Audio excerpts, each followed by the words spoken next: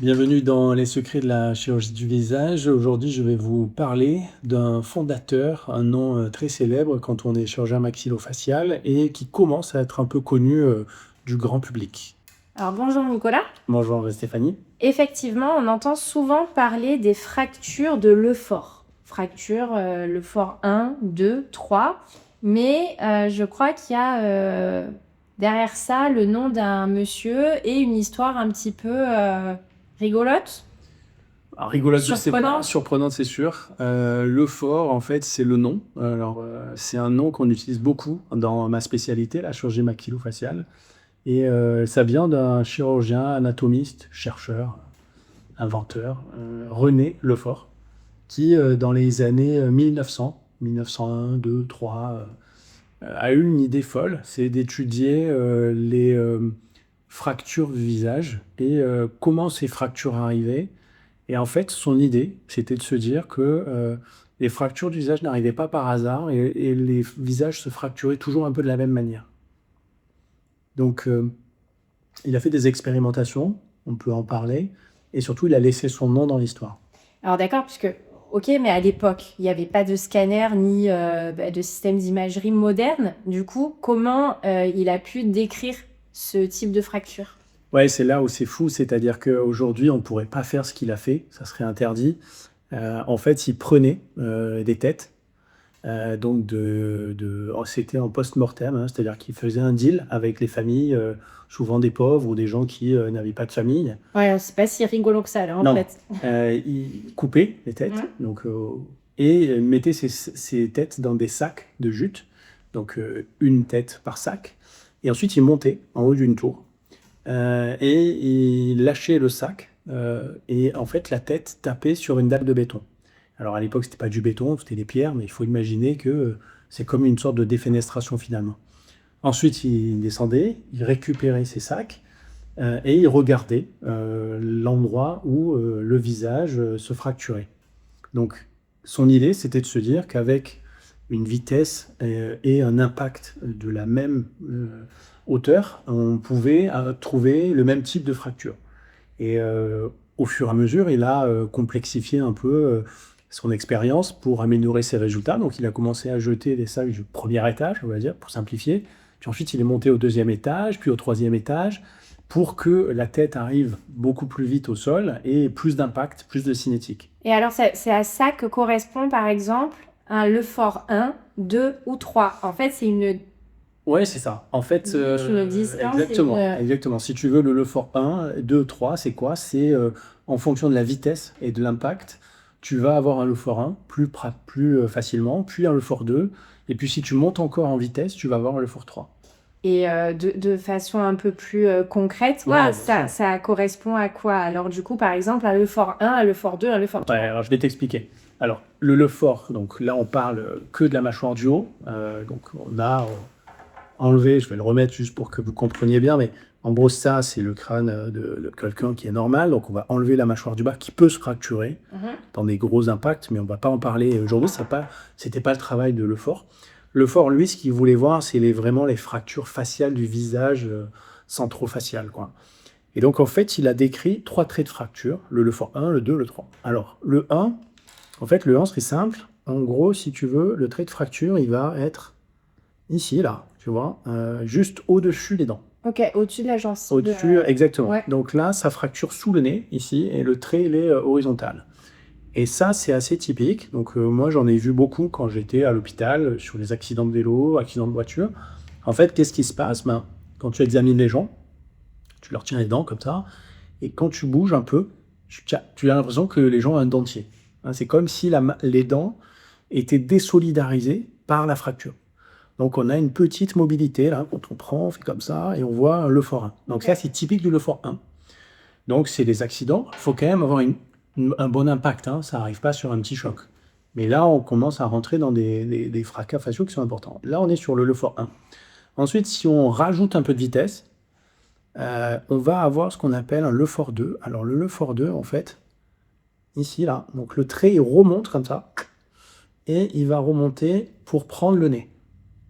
Donc là, c'est assez typique. On appelle ça le signe de la sonnette ou du clown.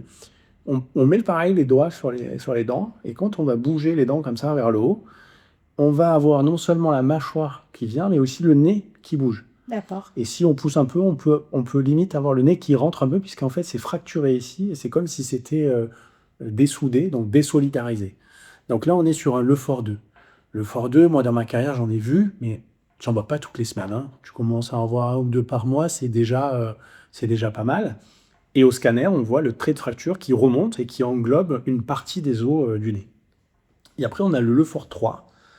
Alors là, le Lefort 3, moi j'en ai vu un seul dans ma carrière, de vrai Lefort 3 clinique, hein. Donc là, le Lefort 3, en fait, la fracture, elle remonte et elle va casser là, ici, elle va casser en fait les orbites. Donc c'est-à-dire que tu vas avoir une fracture où quand tu vas faire ton test clinique de tirer sur les dents, tu vas avoir non seulement la mâchoire qui bouge, le nez qui bouge, mais aussi les orbites, c'est-à-dire le tour des yeux. Ok. Et donc là, quand tu vas tirer, tu auras l'impression que les yeux s'enfoncent, puisqu'en fait, en gros, c'est tout ça qui sort. Tu amènes tout en Exactement. Et alors, du coup, tu as un petit peu répondu à ma dernière question, parce que je voulais savoir si aujourd'hui, cette classification, Lefort 1, 2, 3, ça correspond encore à des choses que vous êtes susceptible de voir aux urgences. Alors, tout à fait. Lefort 1, 2, 3, on le voit aux urgences. Alors, le 1, oui, très souvent, tous les jours, notamment avec les trottinettes électriques, etc. Le Lefort 2, c'est plus rare, parce qu'il faut des impacts plus forts. Moi, j'en ai vu chez les gens qui roulaient sans casque en moto, hein, qui commençaient à frapper à des 50, 60, 100 km/h. Et le Lefort 3, là, c'est vraiment beaucoup plus important. Ou alors, c'est des gens qui ont un os fragilisé et qui, là, se cassent plus facilement. Mais ça existe encore. Ça existe encore aujourd'hui. Et il y a d'autres indications, si tu veux. Ça, c'est la partie traumatologie. Donc, c'est important. On voit au scanner, on décrit, les radiologues utilisent ces termes. Ça nous guide dans le traitement, parce que si tu as un Lefort 2, il va falloir aussi solidariser le nez. Si tu as un Lefort 1, c'est que la mâchoire du haut.